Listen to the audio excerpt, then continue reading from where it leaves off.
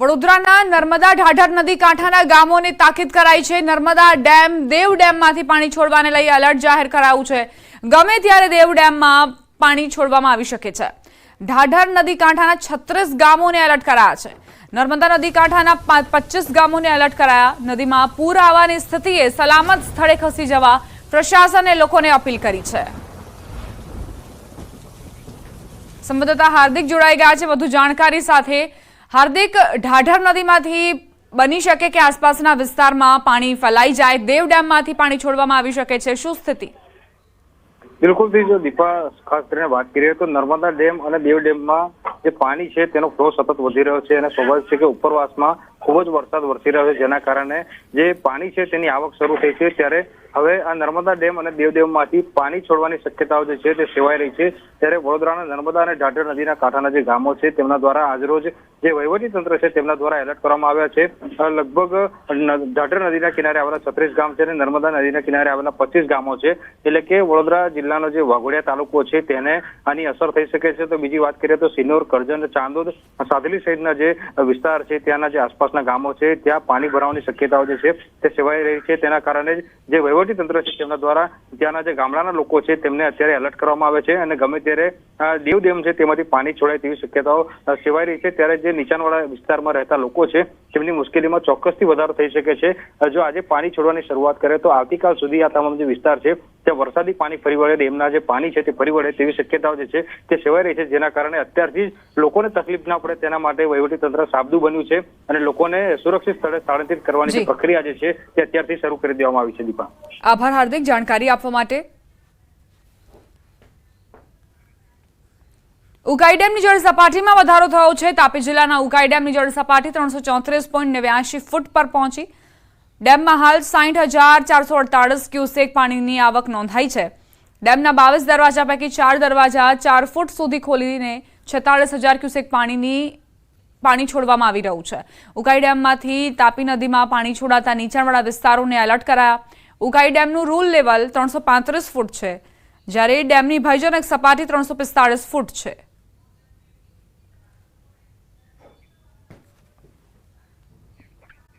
वर्ष 1947 में देश आजाद थयो। आजादी मळता ज देशवासीओए खुल्ली हवा में श्वास पण लीधो। दायकाओ वीत्या, समय वीत्यो, पण आपणा आदिजाति विस्तारना भाई बहनों माटे उज्जवल भविष्यનું નિર્માણ ન થઈ શક્યું। પણ કહેવાય છે ને, અંધકાર પછી ઉજાસની ચાદર જરૂર પથરાય છે। તેવું જ કંઈક જોવા પણ મળ્યું આપણા રાજ્યમાં।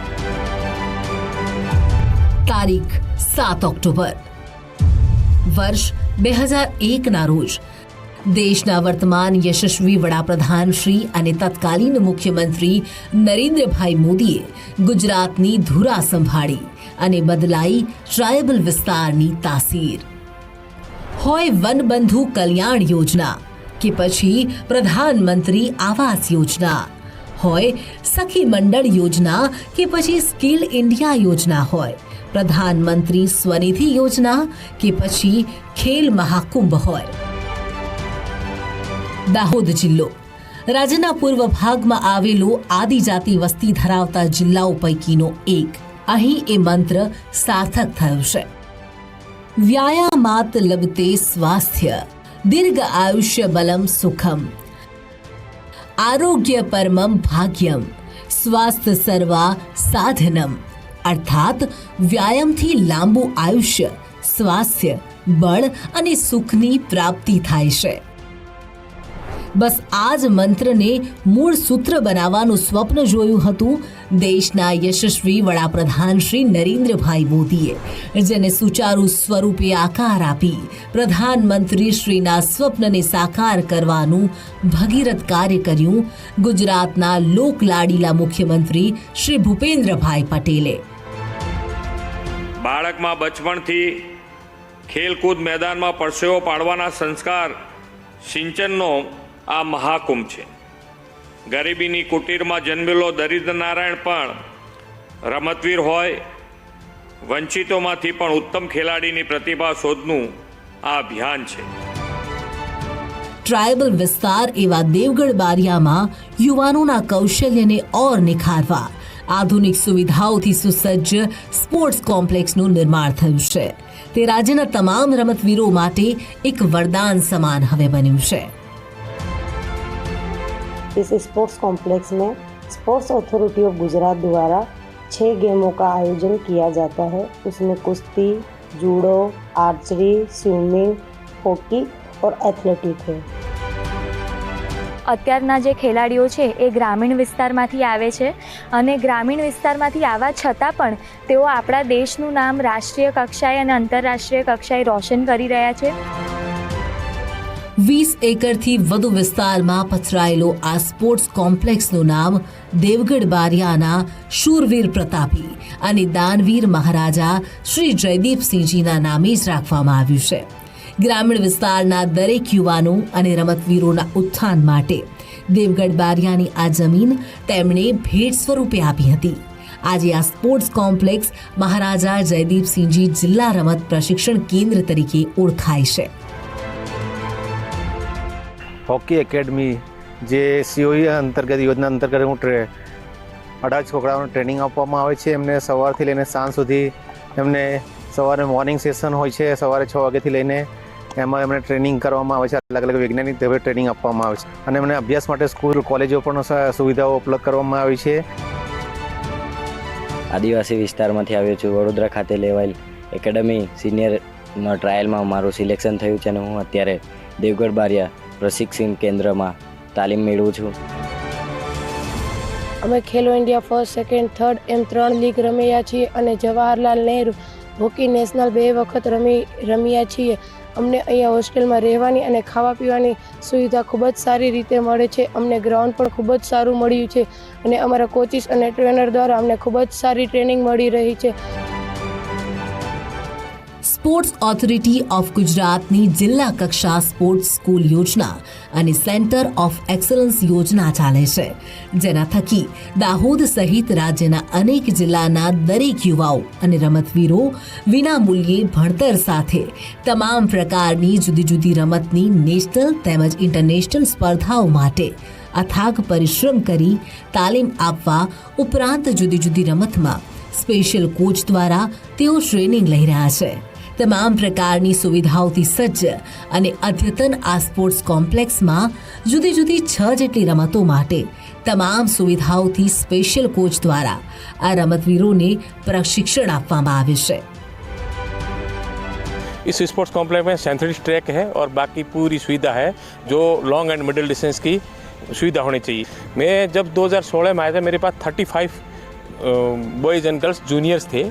उनकी आज 8 साल से ट्रेनिंग करते हुए उन्होंने कई अपने एज ग्रुप के अंदर एशिया में मेडल लिए है और नेशनल में जूनियर्स में मेडल ली है. इस साल सीनियर नेशनल में 9 मेडल लिए हैं.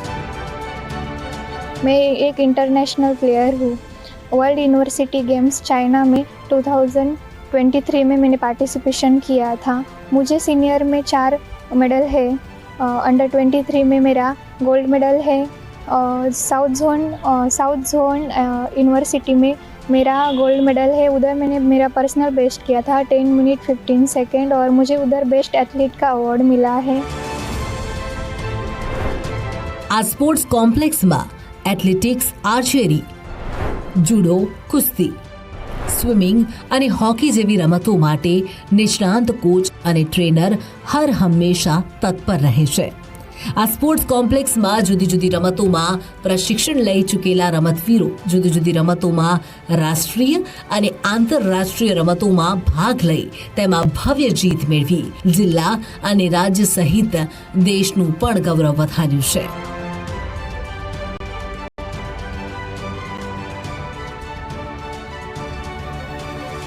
હરિયાણામાં મેં નેશનલ રમી હતી અને અત્યાર સુધી મેં ઇન્ટરનેશનલમાં ભાગ લીધેલ મેં ઇન્ટરનેશનલમાં સિલ્વર મેડલ મેળવેલો છે. આમ ગુજરાત સરકાર દ્વારા રમતવીરોના નિવાસ માટે ગર્લ્સ અને બોયઝ હોસ્ટેલની અદ્યતન સુંદર વ્યવસ્થા સાથે પૌષ્ટિક આહારની પણ સર્વોત્તમ વ્યવસ્થા ઊભી કરવામાં આવી છે. આ સાથે જ સ્કૂલમાં જવા અને પરત ફરવા માટે વાહન વ્યવસ્થા પણ ઊભી થતા રાજ્યનો યુવાન આજે ભણી પણ રહ્યો છે અને રમતગમત ક્ષેત્રે કાઠું પણ કાઢી રહ્યો છે. એની પહેલાં હું ઇન સ્કૂલમાં પ્રેક્ટિસ કરતી હતી, જેમાં મેં ખેલ મહાકુંભમાં પાર્ટિસિપેટ કર્યો હતો. ત્યારબાદ મેં ડીએલસી સ્કીમનો ટ્રાયલ આપ્યો હતો, જેમાં દેવગઢ બારિયા ખાતે મારું સિલેક્શન થયું હતું. ત્યારબાદ હું દેવગઢ બારિયા હોસ્ટેલમાં આવી હતી. ત્યાં અમને અનેક પ્રકારની સુવિધા મળે છે. આમ એક સમય હતો જ્યારે આપણા ગુજરાતને માત્ર વેપાર જગતની દ્રષ્ટિએ આંકવામાં આવતું. જો કે જે વિશ્વાસ દેશના યશસ્વી વડાપ્રધાનશ્રીને હતો તે આજે કઈ દિશામાં પૂર્ણ થયું છે તેનું પ્રમાણ ગોલ્ડ અને સિલ્વર મેડલ જ આપી રહ્યા છે. જય જય ગરવી ગુજરાત. નર્મદા ડેમની સપાટી 132.80 મીટરે પહોંચી. નર્મદા ડેમમાંથી પાણી છોડાતા ઢાઢર કાંઠાના 36 ગામ એલર્ટ. વાઘોડિયામાં આખલાએ ઘરમાં ઘૂસી મચાવ્યો આતંક, ઘર વખરીને નુકસાન.